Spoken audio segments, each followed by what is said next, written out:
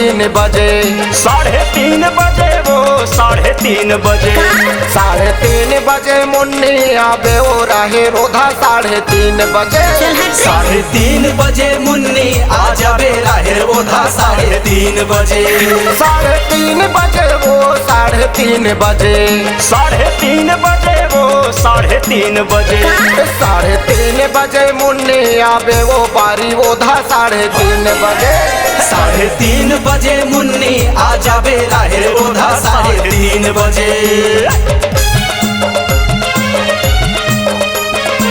फदामा है भैया, फदामा का जोरदार है।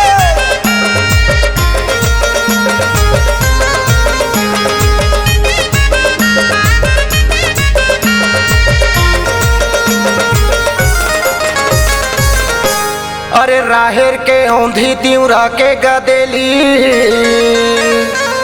अंडा पत्ता बिछा के तुरी झन करबे बरपेली। अरे अरे अरे राहेर के औंधी तिउरा के गदेली अंडा पत्ता बिछा के टूरी झन करबे बरपेली। 3:30 बजे वो 3:30 बजे। 3:30 बजे वो 3:30 बजे। 3:30 बजे मुन्नी आबे वो बारी ओधा 3:30 बजे। 3:30 बजे मुन्नी आ जाबे राहे ओधा 3:30 बजे। अरे हम मतलब बला ले भैया।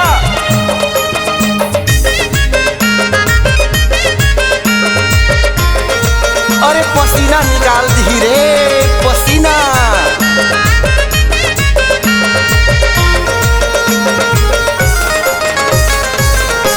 गुरमटिया के बासी आम के चटनी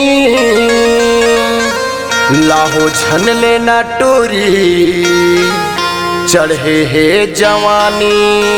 अरे अरे अरे गुरमटिया के बासी आम के चटनी लाहो झन ले नटूरी चढ़े है जवानी। 3:30 बजे वो 3:30 बजे। 3:30 बजे वो 3:30 बजे। 3:30 बजे मुन्नी आबे वो बारी ओधा 3:30 बजे। 3:30 बजे मुन्नी आ जाबे राहे ओधा 3:30 बजे।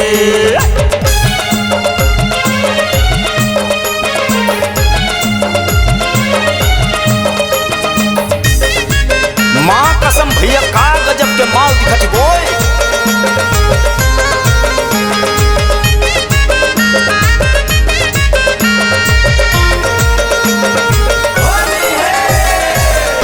पियर रंग के साड़ी लोटा मा धरबे पानी अरे अकेला आया बेरानी टूरा मन के लगे है बानी। अरे अरे अरे अरे पियर रंग के साड़ी लोटा में धर के पानी अकेला या बेरानी टूरा मन के लगे है बानी। 3:30 बजे वो 3:30 बजे। 3:30 बजे वो 3:30 बजे। 3:30 बजे मुन्नी आबे वो बारी ओधा 3:30 बजे। 3:30 बजे मुन्नी आ जाबे बरछा ओधा 3:30 बजे। 3:30 बजे मुन्नी आबे वो दरिया ओधा 3:30 बजे। 3:30 बजे मुन्नी आ जाबे बरछा ओधा 3:30 बजे।